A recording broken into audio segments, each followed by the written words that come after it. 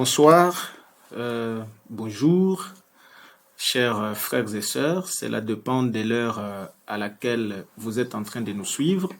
Je suis le révérend Levi du 7e Sceau Tabernacle, ici à Likasi, en République démocratique du Congo, dans la province du Haut-Katanga.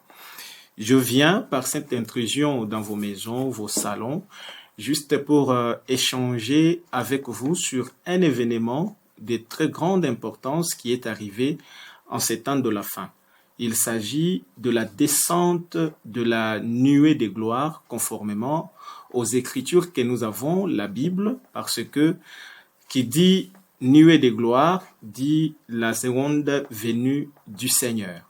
Et donc, il y a pour certains, dans le message de William Marion Branham, cette nuée est descendue, mais il s'est fait que beaucoup de gens croient que la nuée est descendue le 28 février 1963.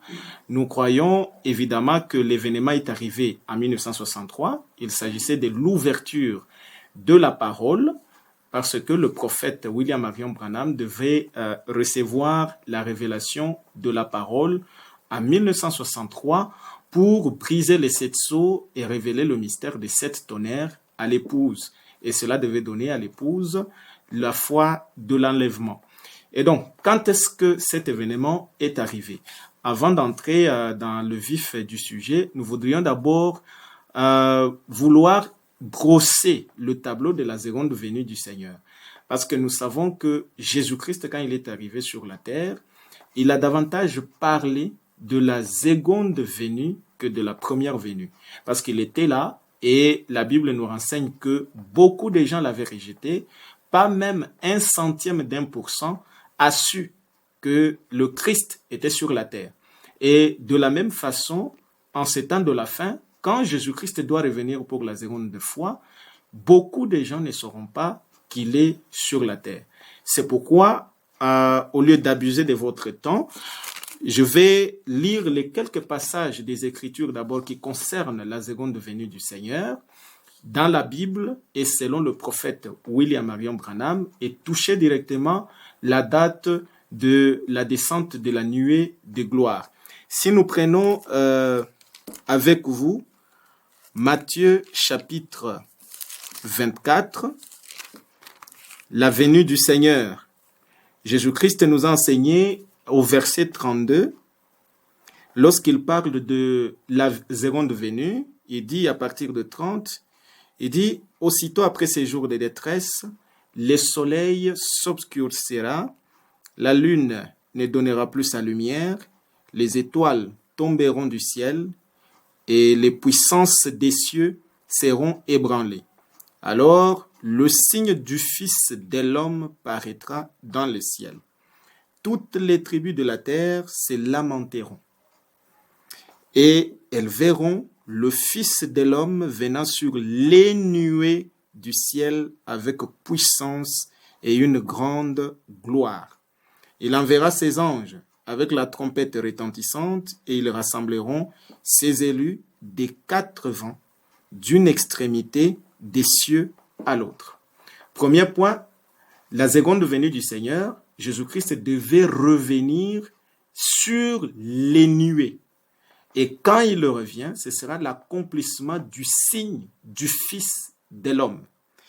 Et Jésus-Christ, lorsqu'on lui a posé les 3 questions, lorsqu'il a parlé de la destruction du temple de Jérusalem, les disciples lui ont dit, mais est-ce que tu vois comment on a construit les temples de Jérusalem? Jésus-Christ a dit, il ne faut pas vous étonner parce qu'il viendra un temps où il ne restera pas pierre sur pierre que cela ne soit renversé. Et les disciples se sont approchés, ils lui ont posé la question, mais quand est-ce que cela arrivera? Quel sera le signe du temps de la fin? Et quel sera le signe de ton avènement? Et il a commencé à répondre à chaque question, d'abord en commençant quand est-ce que le temple serait détruit, deuxièmement, les signes qui vont concourir à sa seconde venue, il a parlé des faux Christ, des faux prophètes qui devaient venir, et maintenant pour sa seconde venue, il est en train de donner les signes que ce sera sur les nuées de gloire, mais il dit, instruisez-vous au verset 32, instruisez-vous par une comparaison tirée du figuier. Dès que ses branches deviennent tendres et que les feuilles poussent, vous savez que l'été est proche. De même, quand vous verrez toutes ces choses, sachez que le Fils de l'homme est proche à la porte. Je vous l'ai dit en vérité, cette génération ne passera point que tout cela n'arrive. Le ciel et la terre passeront, mais mes paroles ne passeront point. Et pour ce qui est du jour et de l'heure, personne ne le sait, ni les anges des cieux, ni le Fils, mais le Père seul. Ce qui arriva du temps de Noé arrivera de même à l'avènement du Fils de l'homme. Car dans les jours qui précédèrent le déluge, les hommes mangeaient, buvaient, se mariaient et mariaient leurs enfants jusqu'au jour où Noé entra dans l'arche.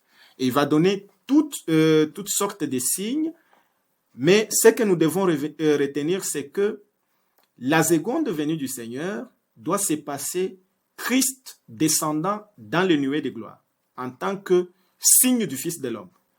La deuxième chose qui doit arriver lorsque nous sommes à l'approche de la seconde venue du Seigneur, c'est que le figuier doit bourgeonner. Et le figuier, nous allons le voir avec le prophète William Marion Branham.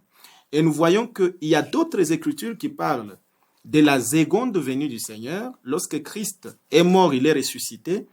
Et quand il va au ciel, dans Actes chapitre 1, à partir du verset 8, lorsqu'il est en train de monter, et la Bible dit ceci, il est en train de faire la promesse du Saint-Esprit. Vous recevrez une puissance, le Saint-Esprit survenant sur vous, et vous serez mes témoins à Jérusalem, dans toute la Judée, dans la Samarie, jusqu'aux extrémités de la terre. Après avoir dit cela, il fut élevé pendant qu'il le regardait. Et une nuée le déroba à leurs yeux. Et comme ils avaient le regard fixé vers le ciel pendant qu'ils s'en allaient, voici deux hommes vêtus de blanc leur apparurent et dirent, « Hommes galiléens, pourquoi vous arrêtez-vous à regarder au ciel? C'est Jésus qui a été enlevé au ciel du milieu de vous, viendra de la même manière que vous l'avez vu allant au ciel. » Il est parti au ciel comment? Il est parti, une nuée l'a dérobé, il a été enveloppé d'une nuée et il est parti au ciel.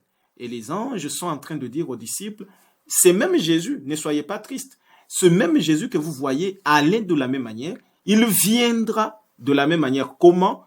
Avec les nuées de gloire. Et dans 1 Thessaloniciens, dans l'épître aux Thessaloniciens, Paul est en train de confirmer la même chose, que lorsque Christ viendra, il sera glorifié dans le sein. Et c'est dans 2 Thessaloniciens, chapitre 1, à partir du verset 6, « Car il est de la justice de Dieu de rendre l'affliction à ceux qui vous affligent et de vous donner, à vous qui êtes affligés, du repos avec vous. Lorsque le Seigneur Jésus apparaîtra du ciel avec les anges de sa puissance. » Déjà ici, la seconde venue du Seigneur, Christ ne viendra pas seul. Il doit venir avec les anges de sa puissance au milieu d'une flamme de feu pour punir ceux qui ne connaissent pas Dieu et ceux qui n'obéissent pas à l'évangile de notre Seigneur Jésus. Ils auront pour châtiment une ruine éternelle, loin de la face du Seigneur et de la gloire de sa force. Lorsqu'il viendra en ce jour-là, il sera glorifié dans ses saints et admiré dans tous ceux qui auront cru, car notre témoignage auprès de vous a été cru. Christ descend avec les nuées pour accomplir la parole, Luc 17, 30, les mêmes choses qui se sont passées du temps de Noé, de Lot, vont se répéter à l'avènement du Fils de l'homme. Et quand vous lisez les textes hébreux et même grecs, vous verrez que le mot avènement signifie la présence physique du Seigneur Jésus-Christ. À l'avènement du Fils de l'homme. Il doit venir avec les anges sur les nuées. Et la Bible dit dans Apocalypse chapitre 1, vous verrez que la Bible confirme et dit au verset 7, « Voici, il vient avec les nuées, et tout œil le verra, même ceux qui l'ont percé. Et toutes les tribus de la terre se lamenteront à cause de lui. » Oui, Amen. Je suis l'alpha et l'oméga, dit le Seigneur Dieu. C'est lui qui est, qui était et qui vient, le Tout-Puissant. Les nuées, c'est le signe qui montre que la seconde venue du Seigneur s'est déjà passée ou pas. C'est lorsque nous voyons Christ venant sur les nuées de gloire. Mais quand il vient avec les anges de sa puissance, la Bible dit, il doit être glorifié dans ses saints. Donc, il vient non pas pour s'arrêter dans cette nuée-là, mais il vient pour s'incarner dans un être humain et dans des êtres humains. C'est ça la seconde venue. Et nous voyons que cette écriture-là de la nuée de gloire, c'est Apocalypse chapitre 10, au verset 1.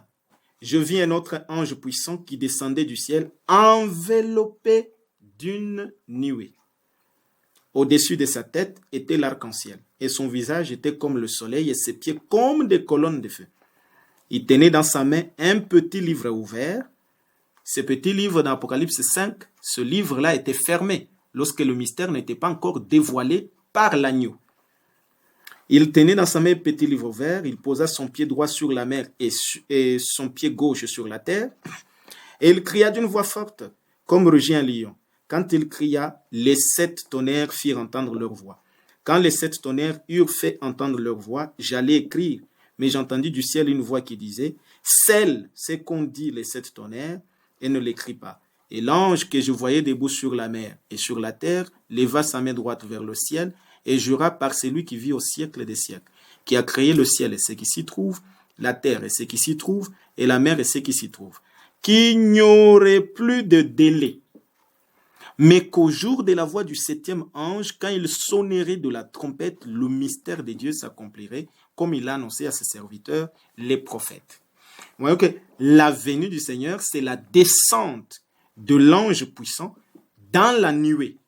Et quand il vient, il y a le 7e ange qu'il doit proclamer le message. Et donc ça, c'est ce que la Bible nous enseigne, conformément à ce que Christ lui-même a promis sur la seconde venue du Seigneur. Il doit venir dans le nuée. Et maintenant, il y a un autre élément. C'est que quand il doit revenir, le figuier doit bourgeonner. Et Jésus-Christ a dit que lorsque le figuier va bourgeonner, sachez que cette génération-là ne passera pas, que tout cela n'arrive. Et maintenant, voici ce que William Branham, le prophète, il dit dans ses paroles infaillibles de promesse.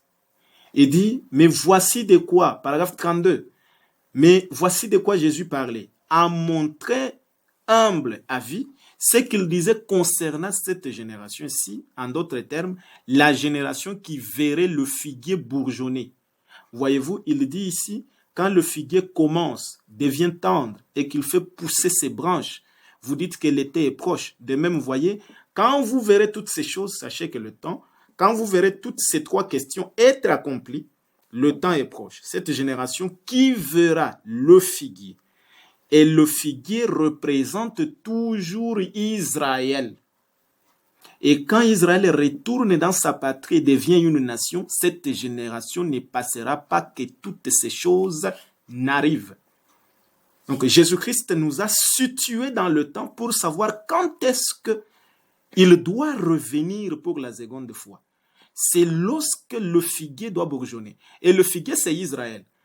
Depuis que le temple a été détruit, en 96 après Jésus-Christ, Israël a été dispersé dans le monde entier. Et maintenant, lorsqu'Israël devrait commencer à retourner, parce que selon Apocalypse chapitre 7, Jésus-Christ a suscité des dictateurs comme Hitler, Adolphe, il a suscité Mussolini, il a suscité Staline et d'autres dictateurs pour chasser les Juifs à rentrer dans leur patrie. Et quand Israël devait rentrer dans sa patrie, lorsque le figuier bourgeonne, Ça signifie lorsqu'Israël rentre dans sa patrie et commence à vivre un réveil. Le réveil de l'épouse, c'est lorsque Christ brise les 7 sceaux et au même moment, Israël est en train de reconnaître leur frère qui est Joseph. Et Joseph est en train de se révéler aux 144 000. Et en ce moment-là, la seconde venue du Seigneur doit se faire. Et Christ a dit, lorsque vous verrez cette génération-là, donc lorsque Christ, Israël commence à rentrer dans sa patrie, en ce moment-là, la seconde venue physique du Seigneur Jésus-Christ doit se faire. Et William Branham dit, Israël, ce soir, mes amis, dans cette grande confusion sur les Écritures, c'est que les gens pensent être une confusion.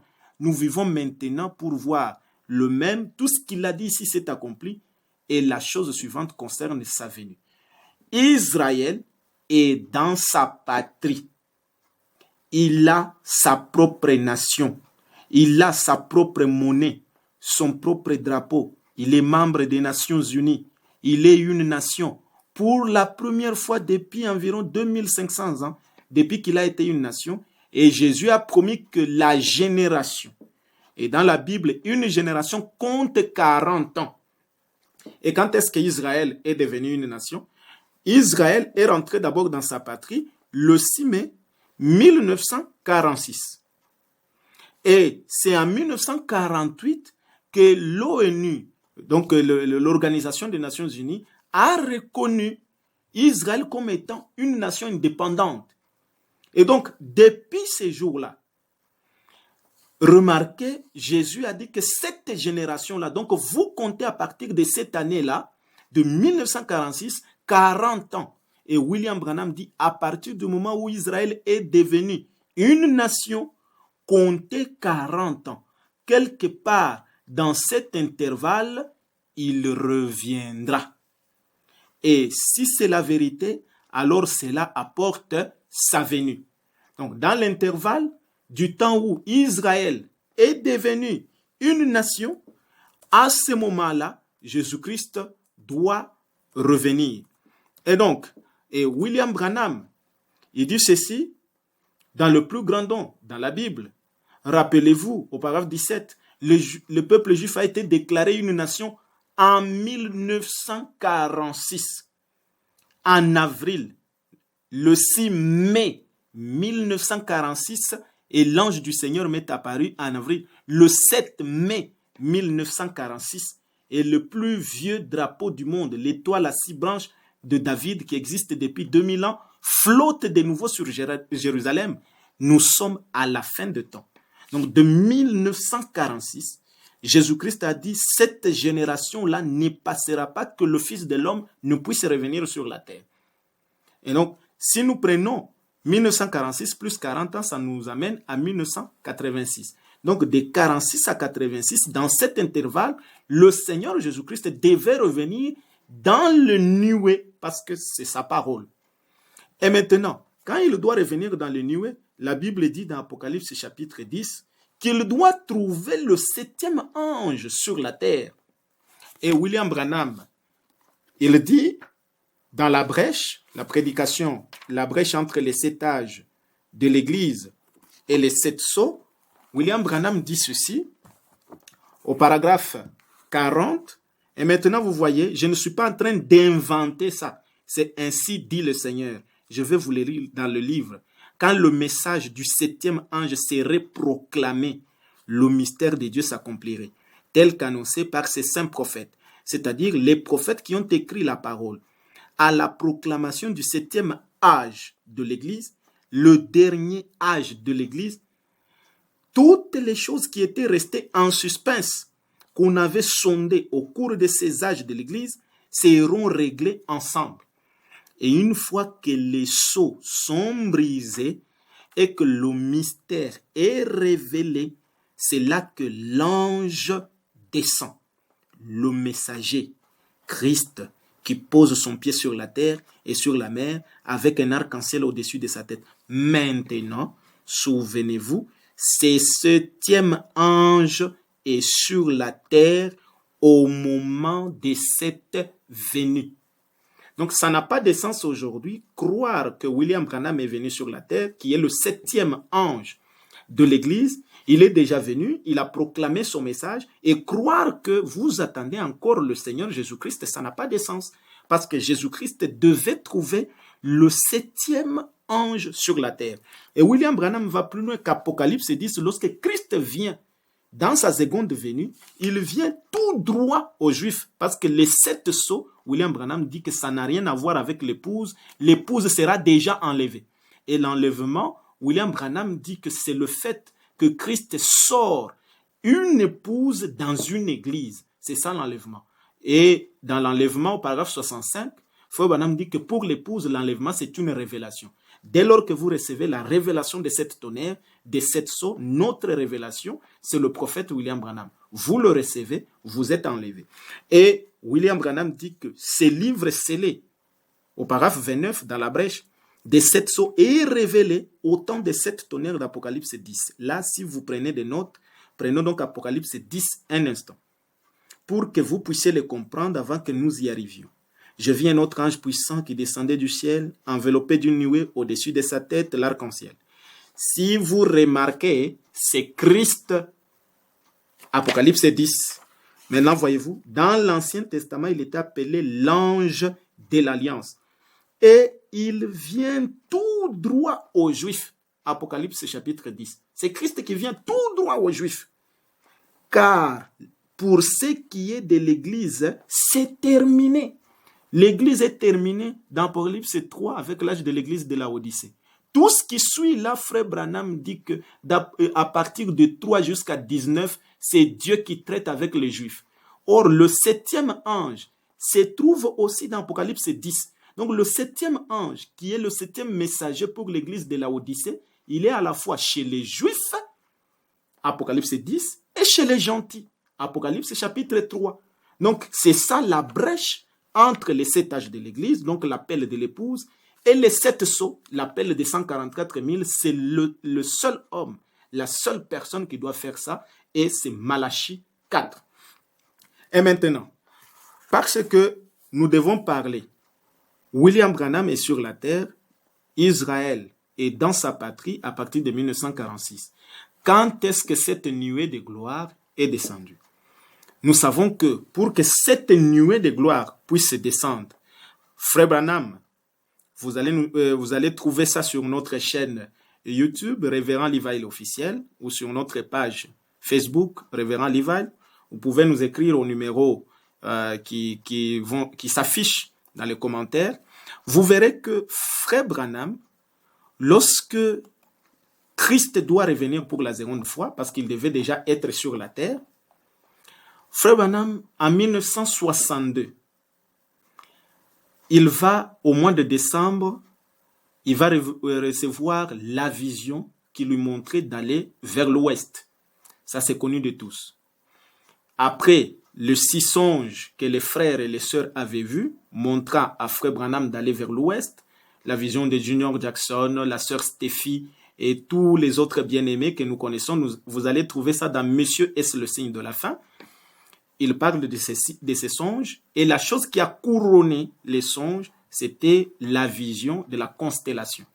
Et cette vision, quand Frère Branham l'a vue, c'était la première constellation, c'était celle des oiseaux, des petits oiseaux qui venaient de l'ouest vers l'est. La deuxième constellation, c'était celle des colombes. Et la troisième constellation, c'était celle des anges. Et Frère Branham fut enlevé jusque dans la nuée. Il est monté avec les anges. Ça, c'était dans la vision. Et quand il a vu cette explosion qui s'était passée à l'ouest, il pensait qu'il allait mourir. Mais Dieu lui a dit que non, c'était ton nouveau ministère que tu devrais recevoir. Et maintenant, la vision lui dit d'aller vers l'ouest. Et Frère Branham, après décembre 1962, nous sommes maintenant en 1963. Parce que maintenant, notre sujet, c'est beaucoup de gens qui disent que la nuée de gloire, donc la seconde venue du Seigneur, s'est passée le 28 février 1963. Est-ce que Frère Branham dit ça? Parce que même la photo de la nuée de gloire est apparue dans le journal, le magazine Life, c'était le 17 mai 1963. Vous allez lire ça dans le Sceau des Pâques de 1965. Mais est-ce que Frère Branham lui-même dit que la nuée de gloire est descendue le 28 février? Écoutez comment se succèdent les événements. Nous sommes en 1963. Frère Branham va prêcher la première prédication en 1963, c'est l'influence, au mois de janvier. Si vous allez jusqu'au 23 février, le 23 février, Frère Branham prêche une porte dans une porte. Une porte dans une porte. Dans cette prédication, il annonce, il dit que je vais rentrer le 17 mars, je vais commencer à prêcher sur les 7 sceaux. Il annonce déjà. Maintenant, du 23 février jusqu'au 4 mars, il y a un intervalle, il n'y a rien là-bas. Et si vous lisez Frère Branham, nous allons lire ça avec vous. Frère Branham avait des réunions à Tucson, à Phoenix. Il est parti là-bas prêcher. Mais il avait dû arrêter ses réunions parce qu'il devait aller à Houston pour sauver l'enfant, les 2 enfants, l'enfant de frère Ayers, Ted Kipperman. Et Frère Branham lui-même dit ceci. Il dit, je vais lire ça pour donner beaucoup de poids à ce que lui-même, le prophète William Branham dit. Qu'est-ce qu'il dit par rapport à cela?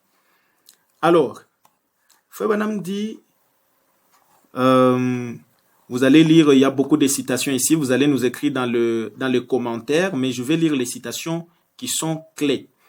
Dans Dieu se cache, puis se révèle dans la simplicité du 17 mars 63. Il dit au paragraphe 344, tous ceux qui ont rejeté Jésus ont péri.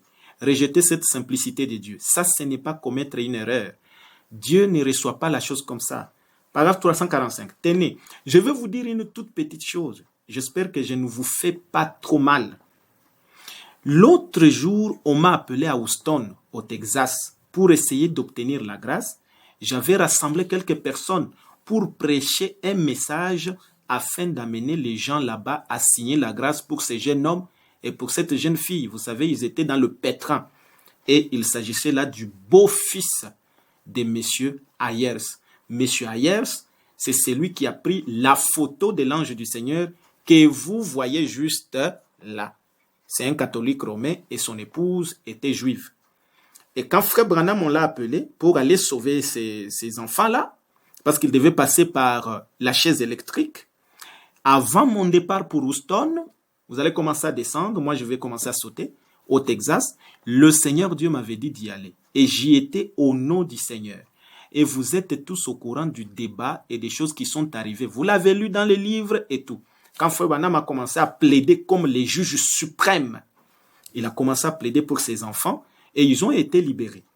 Là, c'était à Houston. Là, il n'est pas encore parti à Tucson, là où les anges devaient le rencontrer pour la descente de la nuée. Et vous verrez que quand Frère Branham maintenant est parti à Houston pour plaider pour ses enfants, Frère Branham dit dans se tenir à la brèche, il dit, par exemple 79, il va commencer à sauter, vous allez lire l'entièreté. Des semaines et des mois avant que cela n'arrive ici, j'ai eu cette vision dans laquelle je me trouvais à Tucson, au nord de Tucson. Ça serait à l'est de Flagstaff, au nord de Tucson, et que je serais en train d'enlever des gratterons aux jambes de mon pantalon et qu'il y aurait une explosion qui, en fait, secouerait la contrée. Eh bien, il s'est fait qu'il y a ce matin au moins un homme qui était là lorsque cela est arrivé, en fait. Cela a arraché les rochers des montagnes. Nous voyons que pendant ce temps, j'ai vu cet ange en forme de pyramide qui sont descendus majestueusement et m'ont enlevé. Et j'ai été amené à l'est afin d'ouvrir les 7 sceaux pour Dieu. Lorsque je suis revenu le premier soir, le premier ange a ouvert le sceau. C'était le contraire de tout ce que nous avions déjà entendu dans notre vie. Et tous les 7 furent révélés de la même manière. Et William Branham continue, dit, je ne le savais pas à ce moment-là, mais frère Fred Sotman, je sais qu'il est présent. Je suis très sûr que frère Norman est présent.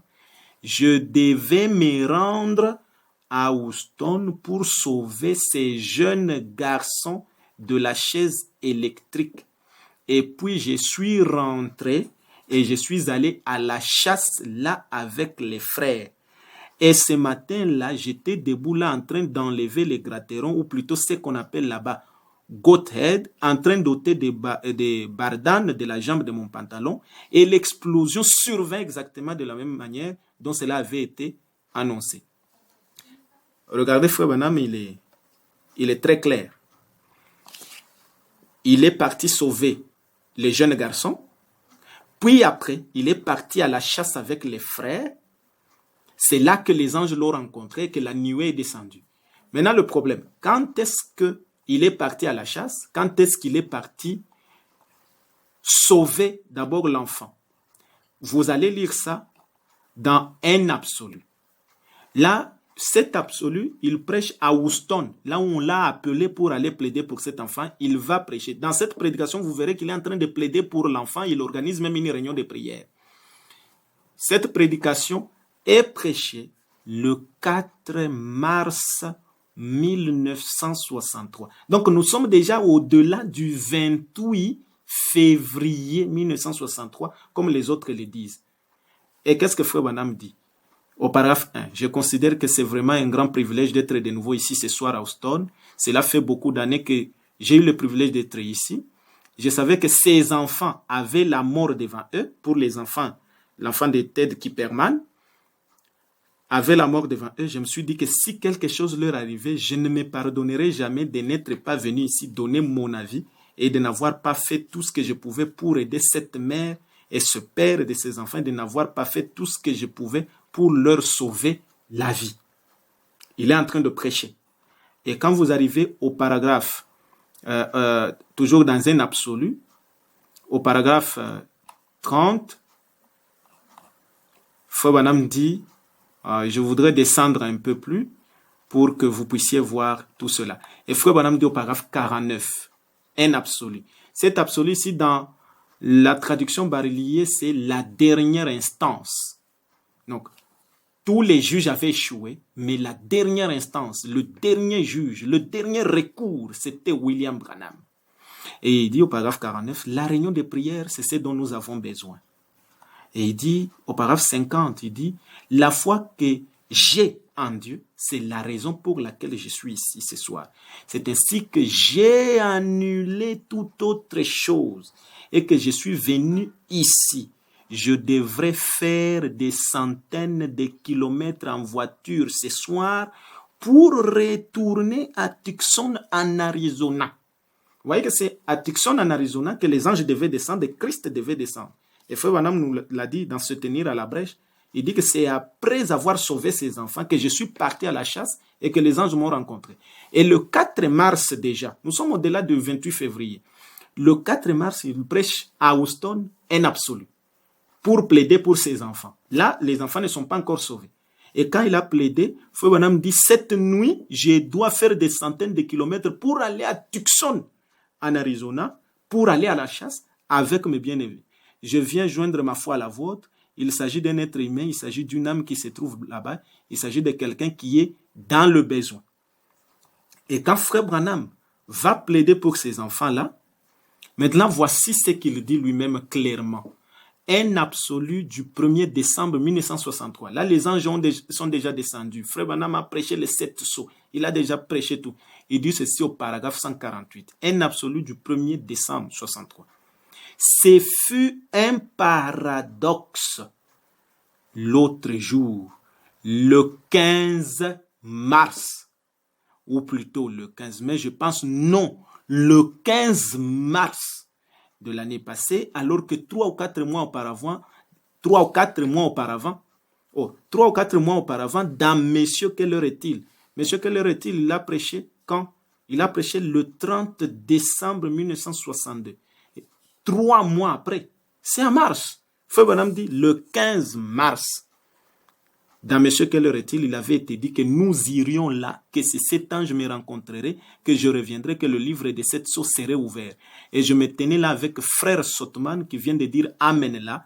Je lui avais dit, il y aura un bruit qui va secouer la contrée. J'avais dit, cela aura lieu.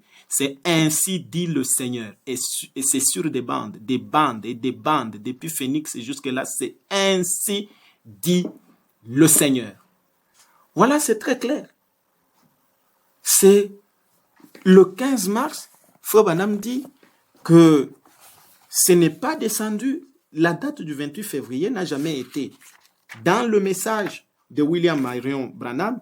Peut-être que cela est tiré dans la biographie avec les témoignages de Billy Paul et des autres qui témoignaient que c'était le 28 février, mais le 28 février ne se trouve nulle part dans le message. Donc, commémorer cette fête-là, le 28 février, c'est comme être catholique, commémorer le 25 décembre, une fausse date, parce que Christ n'est pas né le 25 décembre, nous les condamnons.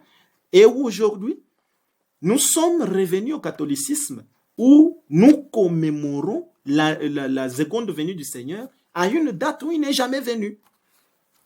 Pour terminer, Frère Branham est en train lui-même de dire ceci dans la brèche. Il dit au paragraphe 6, combien ici ont lu, messieurs, quelle heure est-il? Ou l'ont entendu, vous savez, messieurs, quelle heure est-il? Voilà quelque chose qui m'a beaucoup troublé. Si vous ne l'avez pas fait, j'aimerais que vous trouviez le moyen de l'écouter. Messieurs, quelle heure est-il? Du 30 décembre 62.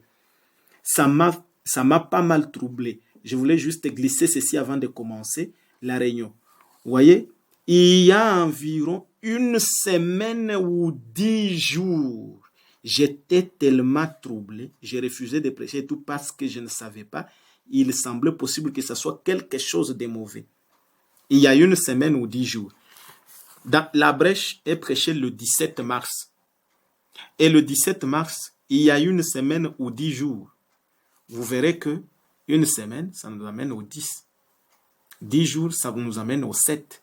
Donc, c'est dans l'intervalle du 7 au 15 mars, parce que Frère Branham dit le 15 mars. Frère Branham dit, un matin très tôt, je me suis levé pour aller dans le canyon Sabino. Voilà. Et à partir de la maison, c'est seulement un trajet d'une trentaine de minutes en voiture pour se rendre, ou 40 pour se rendre à la tête du canyon Sabino. Et quand vous lirez jusqu'au paragraphe 15, vous verrez que quand Frère Branham a eu la vision de la constellation en décembre 1962, c'était encore une vision. Et Frère Branham dit que la vision s'était matérialisée lorsque les anges sont descendus. Ils sont descendus quand? D'abord, quand Frère Branham a sauvé l'enfant de Ted Kipperman, déjà vers le 4 mars, il prêche un absolu ou la dernière instance. Il le sauve. La nuit, il parcourt le trajet vers Tucson à la chasse avec les frères. C'est là que Frère Branham dit que ça le troublait d'abord cette vision-là. Et entre le 7 et le 10 mars, il est parti dans le canyon Sabino pour prier. Seigneur, est-ce que c'est ma mort qui m'attend? Cette explosion-là que j'ai entendue, qu'est-ce qui se passe? Et l'épée du roi est descendue dans ses mains. Et la voix lui a dit, c'est l'épée du roi. Donc, ce que tu vas recevoir là, c'est ton nouveau ministère. Et le 15 mars, les anges descendent. Et quand ils descendent, la voix lui dit, retourne au Branham Tabernacle, ouvrir les 7 sceaux. Et Frère Branham est revenu. Il a commencé directement le 17 mars. Il commence avec Dieu se cache et se révèle dans la simplicité, qui est en fait le message même du 7e sceau. Et il va révéler les 7 sceaux pendant toute une semaine. Voilà comment se dessinent les événements. Le 28 février ne se trouve nulle part dans le message. En tout cas, je parle sous réserve de ce que William Branham lui-même nous enseigne. Et je voudrais terminer par là. Dans les âmes qui sont maintenant en prison, qu'est-ce que William Branham lui-même dit? Je vais lire à 2 endroits dans cette prédication. Frère Branham dit, c'est que qu'est-ce que le 7 sceaux nous ont amené, cette descente de la nuée nous a amené quoi? William Branham dit, il dit ceci, les âmes qui sont maintenant en prison, il dit, paragraphe 129, qu'en est-il de vous, Église? Alors qu'il y a 6 ou 8 mois de ça, je me suis tenu ici et j'ai dit, c'est ainsi dit le Seigneur. Je vais à Tucson, en Arizona, il y aura une déflagration. Et cet ange apparaîtront. Et vous verrez que dans la Bible, dans 2 Thessaloniciens chapitre 1, Jésus-Christ devait descendre dans la seconde venue, accompagné des anges de sa puissance. Et quand il est descendu, c'était 7 anges pour être glorifiés dans un homme.